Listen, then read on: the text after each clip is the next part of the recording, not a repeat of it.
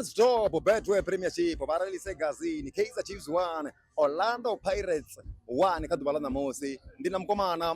dubala namusi vakudwana vachikodraw na timu ya Orlando Pirates ukuitia minika tukamtamba dubala namusi ndo vandodzwa ndozviyamba uri musi Pirates ari rakolofara apolisi rafara mbutuma auna zvinhu zvangaitika kaPirates then rozvisumbedzisa uri Chiefs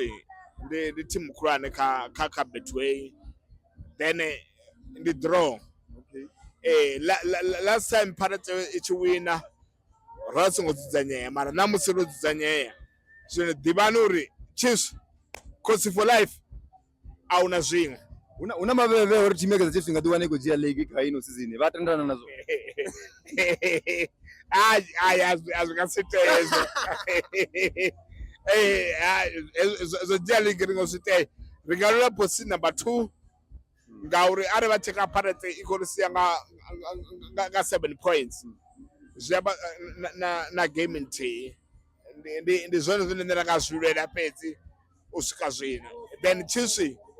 ndiyo timu yakudisturba Betway course for life.